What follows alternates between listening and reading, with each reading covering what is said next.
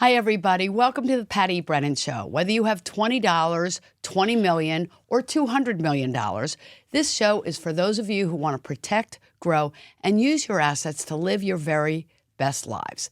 I am really excited about today's podcast because as you guys are all learning, in my 3 decades of working with families, I found that the financial and emotional challenges go way beyond just investment planning. Especially with us. Because, here's the thing. Your money is a means to an end, and longevity literacy includes things like, how do I create a stream of income that I can never outlive? What about my taxes? How can I save money on taxes now and in the future? And equally as important, more important for many people is, what does my will say? Does it say what I really want to have happen? And will it be seamless for the people that I love and care about most? Most of all, we're talking about you and your health. And many people really don't want to go to a facility. They don't want to go to these 55 and above communities. They want to age in place. And so how do we make sure that you're ready to age in place? Joining me today, I'm so excited, you guys. We have Dawn Heiderscheidt. Hello. Dawn is the founder of Aurora. Now, I will tell you that her expertise is incredible. As part of our approach to longevity planning, as I think I've mentioned to all of you before, we kind of are setting ourselves up to be the Amazon of the wealth management industry. So we are vetting out all of the potential options that you might have. And hopefully we're going to be a little bit more discerning than Amazon is. And we're interviewing and we're really making sure that the people that we are partnering up with, and it's really an outside partnership because we don't manufacture, we don't do this stuff ourselves. So we rely on people like Dawn to educate us and educate our clients in terms of what to do and what not to do. Mm-hmm. And there's nobody better than Dawn. I will tell all of you that as part of the vetting out process, Dawn's first interview with me and my team was with me personally late last year. Yeah. And as you know, we have an office, right? So I wasn't sure whether or not Dawn could walk around the office, so I asked you to do that. You did. I was not ready for it either, but I was happy to do so. And you know what I really appreciated? I appreciated the fact that you said that a commercial building is different than a residential. And that's not necessarily your area of expertise. Mm-hmm. But you took me up on the opportunity and you walked around, and I ended up with a 7-page report that you, if you're watching, you're looking at through the camera. And I got to tell you, it's got pictures and everything. And Dawn's observations were incredible. Stuff I never realized, never knew. And unfortunately, when we renovate this year, because we are renovating, we are growing like crazy and bursting at the seams. So when we renovate, this time we're going to do it right, thanks to you. Hopefully. For example, like we have bathrooms, right? Yeah. For ourselves, for our team and our clients. I had no idea. We have the grab bars, but they're too high. They serve no real purpose for people who really need the grab bars to help lift them off the toilets. Mm-hmm. Things like we were lucky because there is, there's space under a sink in case anybody needs to wheel up to the sink to wash their hands. But, where do we keep the soap? It's too far for them to reach. Yep. You pointed out those things to us that we never would have been aware of. Yeah. Even the chairs. The chairs in the lobby. Are they too squishy? Are they too low? Is it hard for people to get up out of the chairs? I never thought about that. Where's the seat part? How many inches off the floor are they? You actually measured that stuff. Do. I was shocked. And I thought that our chairs with the wheels they're great. No, they're great. Yes. But the locking capabilities is important because, when you wheel up to these things, you got to be able to stop. Yep. And also, when people are leaning back, you don't want them leaning back way too far. Yeah. So little things can make a big difference, and you certainly have done that for us. Well, I'm glad to help because you guys serve a lot of different individuals, so you probably have a lot of different people who come in and out and have a lot of different needs. We do. And it is really hard to solve that problem for everyone, especially in a commercial space. Yeah, exactly. Yeah. And, we want to be all things to some clients. That's Yep. what we're doing. Yep. We're just all things to some clients, and thanks to you, we're going to be able to be even more accommodating to whatever a client might need. So I'm just curious for folks who are listening and watching today. Yeah. How did you get into this, Dawn? Tell me about your background and what made you start Aurora in the first place. Yeah, thank you for asking. And first off, I just want to say I'm so glad to be here. I am so excited because not many people are breaking down the silos between what happens in one space and what's happening in another. So I think that this is huge and revolutionary. And that's one of the reasons I kind of started the business, actually, is because I am an occupational therapist by trade. I've been an OT for, I think it's 12 or 13 years now. I'd have to do the math really quick. I started in hospitals, and the thing about hospitals is that you tend to see frequent flyers. Yes. People who come in and out a lot of times, maybe for different reasons, but they're kind of always there. Okay. And you start to wonder why, right? Yeah. Is it your health? Is it the home? Is there something else? Is it lack of support? What is the thing that is keeping this individual from staying in their home? And so I started noticing that in the hospital and the rehab situation. That's so interesting, Dawn. Yes, as a former nurse, we saw frequent flyers all the time. All the time. And we kind of knew the drill. And, Yep. you know, sometimes they listened and most of the time Sometimes they they didn't. don't. And Yeah, and I know one day I went and I, with permission, went and did a Google Street View because this client was trying to go home. And I said, can I just look up your home? I'd like to know, because they were giving me kind of weird answers about how many stairs they had, the railings, that kind. And I said, can I just interesting. look at it? Yeah. And they were like, yeah, sure, let's look at it together. And I realized, oh, your stairs are broken. wow. No wonder you're giving me a weird answer. You don't know how you go up your stairs. And it was just that moment kind of clicked for me. So when the pandemic hit and everything happened, and I just sort of realized there's a niche happening here. People are trying to avoid hospitals anyway. Healthcare is happening in the home. Healthcare is happening in hospitals too. Construction people are doing aging in place, and no one's talking to each other. And so I really was moved to kind of create that bridge between healthcare, home, and construction. Wow. And so that was Aurora Independence. Yeah. And you talked about, in our meeting, you talked about certifications. Yes. And, people can put letters after their names, and So many letters. they're not really worthwhile, right? Exactly. In your industry. It's not heavily. Our industry, for example, is very heavily regulated. Yeah. We are required to get continuing education. And boy, do they do more than kick the tires. Yeah. So tell me about yours. Yeah. So if you ever go onto my website, you will see I also have a long string of letters after my name. It is very impressive, I must say. It looks great. Only the first few are really regulated. So the OTR/L basically means OT, registered, and licensed. So I have passed a national board test that all OTs have to take, and I am licensed here in my state. Interesting. So there's that. Those are the ones that matter. The rest of it is kind of unregulated. So the construction world anyone can make a certification to say, hey, we are now aging in place specialists. So CAPS, which is National Association of Home Builders, they have a really great certification, but anyone can make one, right? And so the workers' comp space has one.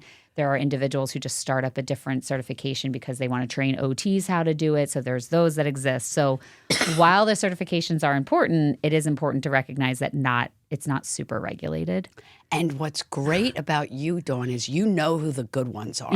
Yeah. Which I personally really appreciate. Yeah. Well, and similar to you, it's my name on the line too. So I don't just true. send random people to my clients' homes. I like to make sure, and if there's a problem, you can bet that person's getting a phone call from me, and they're probably not getting a future referral. Right, So exactly. I'm with you. So people like you and I have some leverage, don't we? And that's important. So you have done a great job of educating us and our clients. And Thank you. Folks, for those of you who are listening, Dawn has written amazing blogs that she has shared with us and we've put on our website. As I think I've mentioned to you in the past, we have on our website something called the Vitality Hub. Right now, we're in phase 1. So basically, our Vitality Hub is going to be broken up into 2 phases. We're going to have a resources tab that's going to have all the financial resources, right? And then the Vitality Hub is going to be about longevity planning and longevity literacy and how to continue living your life with vitality. I like to focus on the positive nature of the aging process because it doesn't have to be that image of somebody who's really frail, who's going to cough and break a bone. None of that, right? What can we do to prevent all of that? And so that you could live your life in your own home and feel really confident that you could stay there for the rest of your life. And Dawn, that's exactly what Dawn is doing. So as part of her blogs, basically what Dawn has done is kind of set us up in terms of seasons, right? I talked to all of you about the seasons of retirement. Freshman year, for example, is when people first retire. Yeah. You refer to that as summertime. Or spring. That's spring. Yeah. Thank you. Yep. Oh, yeah. Summer is when they settle down, right? So let's talk about spring. So basically, people have just retired, right? The kids are gone and they're doing projects around the house, right? Yep. So They're probably trying to get the home to finally be all the things that it never was before. So the things that aren't working in the home, they're kind of thinking about, oh, I want to rework that. Let's redo the kitchen. I always wanted a pantry, that kind of stuff. So they're excited. It's like new things. And so that's kind of the start. And that's a perfect time to get the right people in there. Yep. Because that season could last for 5 years, 10 years, 20 years. And also, you're going to end up in another season eventually. Okay, so let's talk about the next season, which is summertime. Yeah, so summer tends to be, I think, when people are starting to think about, okay, this is my new rhythm. We've kind of, the excitement and the shininess of retirement has settled into a beautiful rhythm, whatever that looks like for people. And so at that point, they might be starting to think like, okay, the house, we updated it. It's kind of working. What else do we need to start thinking about? Is something still kind of bugging us? But I don't feel like the projects at that point are as big. It's very interesting because I had a conversation with somebody recently about all of this. And she said that when she and her husband first retired, they did renovations, et cetera. Right. And then as she's gotten older, her husband is now deceased and her eyes are getting, Just getting starting to bad. change. Exactly. And she did some things on her main floor living so that she wouldn't have to go downstairs anymore. Yeah. And have to go down to the basement to get things. Yeah, et it's like cetera. bringing laundry up from the basement to a middle floor is a huge, huge thing to do. Right, exactly. So I think that that's so interesting. So people have settled in. Both spouses can be still alive, or it could be somebody single, whatever it might be. Yep. But you've got your rhythm down. So what happens from your perspective then? So you're looking for joy. You're looking for lifestyle. You're looking to kind of maintain is sort of where I think of summer as just sort of living that life that you've built, that you worked on, that you upgraded in spring, and that you're just kind of wanting to support the retirement style and rhythm that you currently have. Yeah. And what I love about it is your emphasis on the joy, because for me, my joy is when the kids come over, the grandkids come over, and we're all in the kitchen and we're making a meal, we're celebrating together, whatever it might be, just being together. Exactly. Right? And so in spring, you were probably remaking that kitchen so that could happen. And summer, it's like now you're in your Sunday night dinners or your yearly Christmases or whatever it is that you celebrate. Yeah. Oh, the crazy stuff that we do as Brennans, right? And I love the focus on the positive stuff. We've all have our hobbies, the things that we want to do. It's not necessarily, we're not necessarily sitting back in a chair watching Blue Bloods reruns all the time. Although some people might get their joy from that. Who knows? That's I mean, whatever makes You're in you the happy. no judgment zone. And remember that, Dawn, when you come to my house, because that's the next place you're going to go. Let's talk about the lighting. Do you go for the LED lights? I do like LED lights, but I always warn people that there's actually on the back of some of the LED packaging, it almost looks like a nutrition label because there is so much to lighting that, as you know, I'm happy to say when I don't know something, I know just enough lighting to be dangerous, and I know just enough when it's time to bring in a lighting professional. Okay.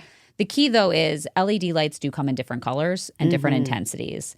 A lot of reasons people don't like LED lighting is because they accidentally got the really bright white, blue colored the blue lighting. Kind. Yeah. That's really great in like kitchens and garages. Okay. But not always what you want in your living room. It's not really exactly warm. Exactly. So this is the time to kind of start learning about how to read a lighting box so you actually get the correct light bulb. But LEDs are nice because they save money, they last longer, and there's a lot of options to put LED lights that look like recessed lighting but without actually having to do construction. Oh, that's very cool. So for people who are a little bit more money conscious or maybe their retirement isn't as extravagant for others, there are really cool solutions with lighting that you can get from Amazon. Yeah. That is, I've seen that on Amazon where you can just get these things and stick them on. That's amazing. And some are better than others. Yeah. Right. But yeah, they're really cool. So okay, so I'm going to show my ignorance right here and now. And I have no problem showing and displaying We it. all have to know our lanes, right? Exactly. So how do these lights turn on? Like, where do they get their electricity? So different ones have different mechanisms. So some are battery operated, some Okay. can be hardwired in. It kind of depends on what you're purchasing, how many other professionals you want to bring in. Some of them are rechargeable. Okay. So it kind of depends what you're doing, where you're doing it, what kind you got. So not an easy answer. And you know, what I appreciate about this is vision does change over does. time. You know, with cataracts, you might have cataracts and not even realize it. Your eyesight is getting cloudy. You may not realize it. Yep. And may not, and that's when falls really happen. That's when things really can go wrong. It does. And I always tell people too, this is my little tidbit of Yeah. information that people don't realize.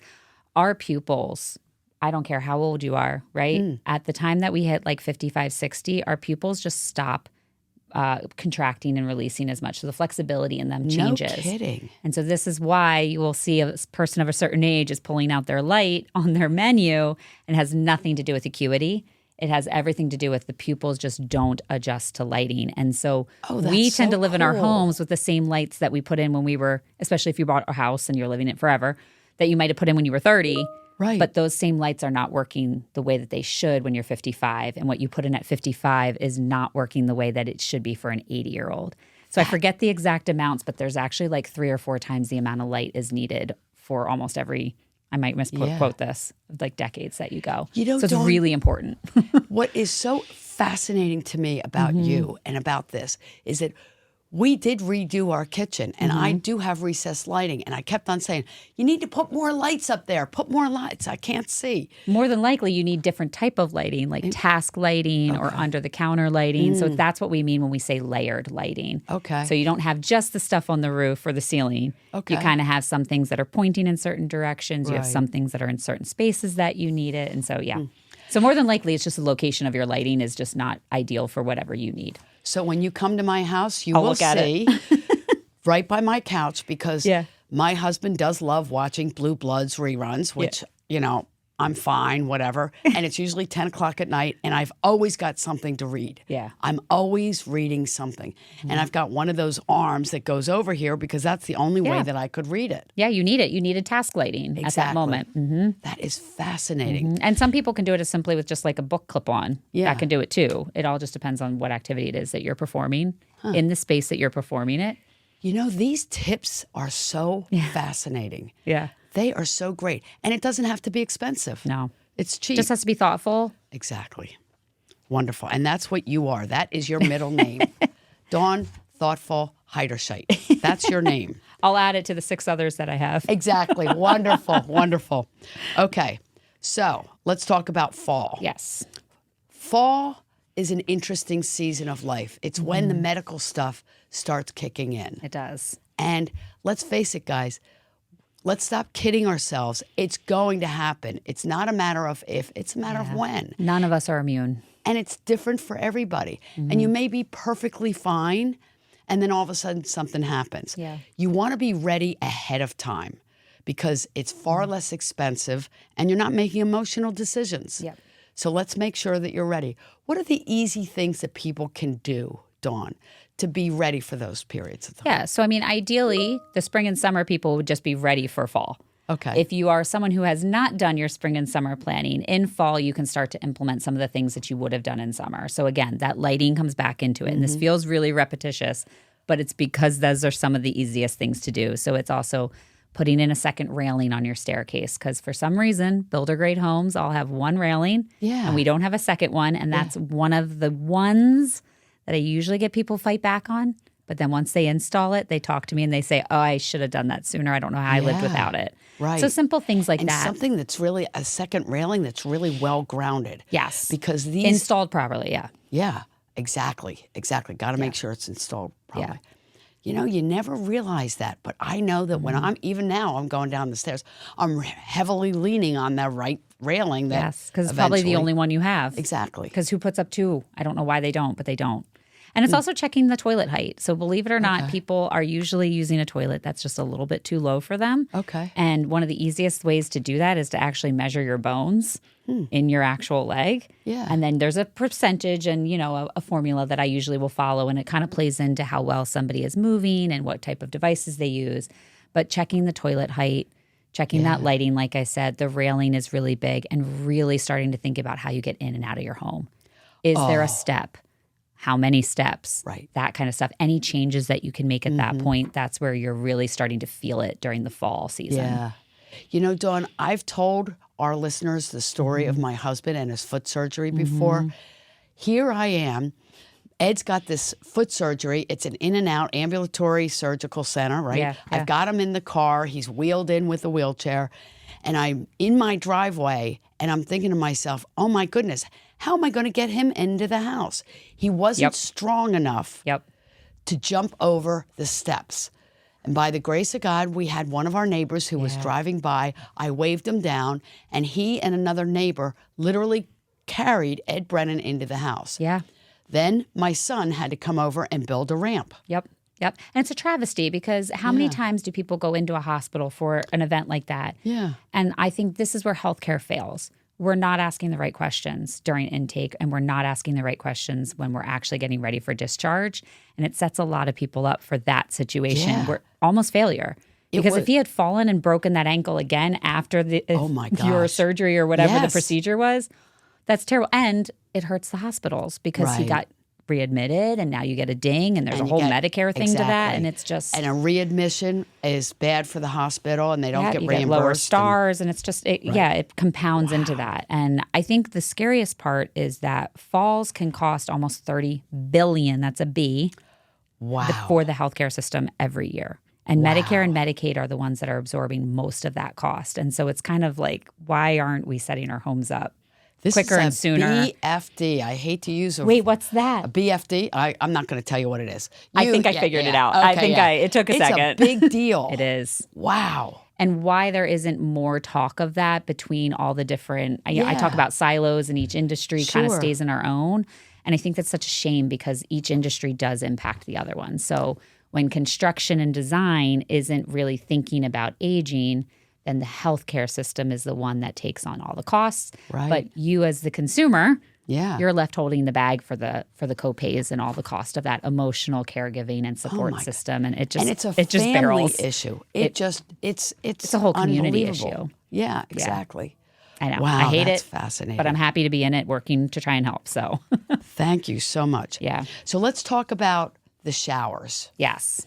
Okay? Yes. So again, with the foot surgery, fortunately we have a bench in the shower, but I had to get him a chair, and we had to get one of those suction cups to get him so that he could hold on to something. So Yeah. And you talk about no threshold showers. I do. Yeah.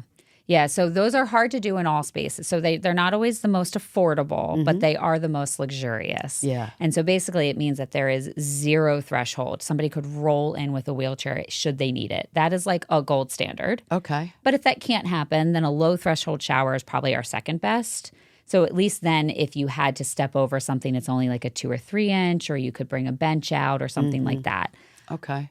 Additionally, that built-in shower seat that you had, Yes. most of those are not great for the longevity. Okay. They don't actually last longer than maybe a few years, because if you don't have the trunk support to actually sit on it, Right. you can feel like you're falling, because construction-wise, they have to build it so that the water drains off, so it's slightly angled down. Wow. So for people who have had a fall and are afraid of falling, a chair like that can start to actually make them feel even more fearful. Yeah. And then they take up space, and then you have to get a shower chair in there, and now suddenly that big shower that you had actually isn't as functional as you thought. So I tend to tell people don't do a build-in, because I think at some point you're going to be pulling it out, or you're going to wish for something different. But that's kind of the standard that a lot of... Boy, that's so interesting. And you know what? Don't you know the Brennans redid their master bathroom and put that thing in? And I bet it worked for the time that it worked. Yeah. The question is it going to work forever? Right. Depends. Fascinating. Yeah. What do you do for somebody, or is there anything that you can do for somebody who already has a threshold? Can you get in there with a sledgehammer and get rid of it and then redo it? Yeah, I think it depends on someone's budget. And Yes. so if they have the money to redo a bathroom, absolutely, you can always